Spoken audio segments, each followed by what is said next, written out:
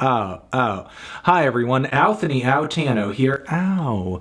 The internet's busiest music nerd, and it's time for a review of this new King Gizzard and the Lizard Wizard album, Butterfly 3000. Yes, this is the newest full-length LP from ever-prolific and versatile Australian rock band King Gizzard and the Lizard Wizard, who recently came out with a 1-2 punch of microtonal albums, KG and LW. Now, these two records, in my opinion, were not bad, but not some of King Gizzard's best either. Frankly, I was pretty excited to hear them move on to another concept, another idea, as the band always seems to be cooking up something new. And on Butterfly 3000, it seems like the group is leaning a bit on analog synths and electronics this time around, which is a really exciting prospect to me personally, considering that one of my favorite King Gizzard songs of all time is the closer to their environmentalist opus, Fishing for Fishies. Of course, I'm talking about the track Psy Boogie, which is a track that has a decidedly synthetic sound to it. I truly think that going electronic could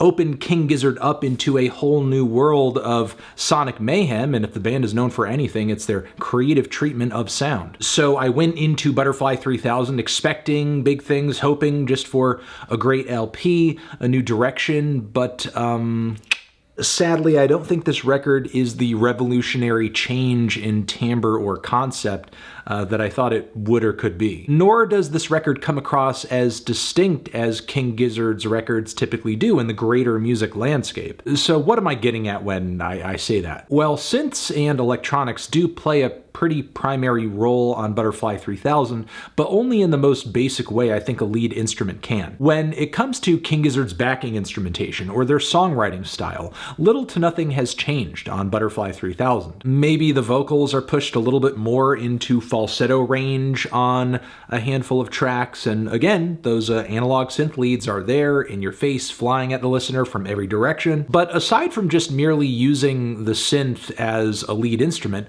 I'm surprised the band didn't dig into this a little bit deeper, as Butterfly 3000 to me sounds like mere window dressing more than a new approach. Which, yes, is slightly disappointing, but not necessary for a great record. After all, if the songs are great, ultimately that I think is what matters most. But on top of it, I don't think this LP showcases the band's best songwriting chops either. Like, not only are the lead melodies of the intro track Yours pretty forgettable, but the song ultimately sounds like what would happen if Tame Impala's Kevin Parker was going through some kind of like prog synth or krautrock phase. Then moving on to the track Shanghai, we see the band playing with some melodies that sound like they're coming from the Far East, which isn't necessarily a bad thing depending on how it's applied, but in this particular case, the melodies on this one run like, I don't know, just some tacky exoticism. It feels more gimmicky than in-depth. The song Dreams does have one of the stronger and cuter melodies on the entire LP, but the band does kind of run it into the ground with one of the most one-note structures here. The following Blue Morpho showcases a similarly disappointing lack of progression, some wonderfully eerie vocal leads, as well as a chord progression that kind of resembles that of Radiohead's Pyramid Song. There's a cool rush of instrumentation that hits right after the intro, but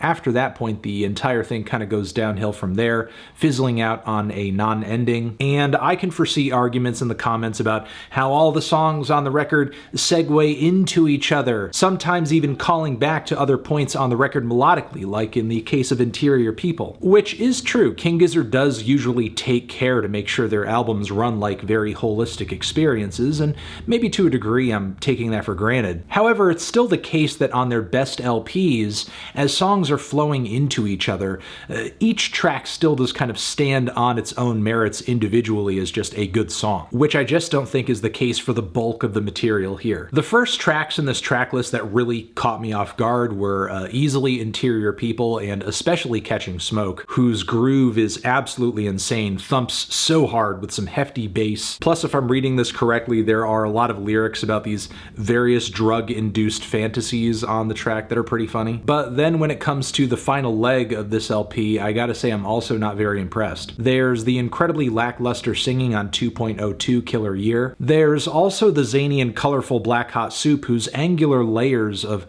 guitars and vocals I have a difficult time placing on this record, especially with the synths not really playing a lead role on this one. Now, I will give it to the band. They kind of went all out on the layering with the track You Love. This is certainly one of the most vibrant and exciting songs on the entire LP. This track is just dripping with gorgeous melodic layers and effects, and transitions nicely into the very short, to the point title track, which is kind of like a peppy finish for the entire thing. But ultimately, I'm just kind of sitting on the fence with this one. I just think it's merely okay. Even the best moments this record has to offer, I think, pale very much in comparison to King Gizzard's discography highlights thus far. I love the idea of this potential direction, but the band just doesn't really go that far down the road to pull the full potential out of it. If Butterfly 3000 is the sound of anything, I think it's just barely scratching the surface. I'm feeling a strong 5 to a light 6 on this one. Transition, have you given this album a listen? Did you love it? Did you hate it? What would you rate it? You're the best, you're the best. What should I review next? Hit the like if you like. Please subscribe and please don't cry. Hit the bell as well. Over here next to my head, it's another video that you can check out. Hit that up or the link to subscribe to the channel. Anthony Fantano, King Gizzard, forever.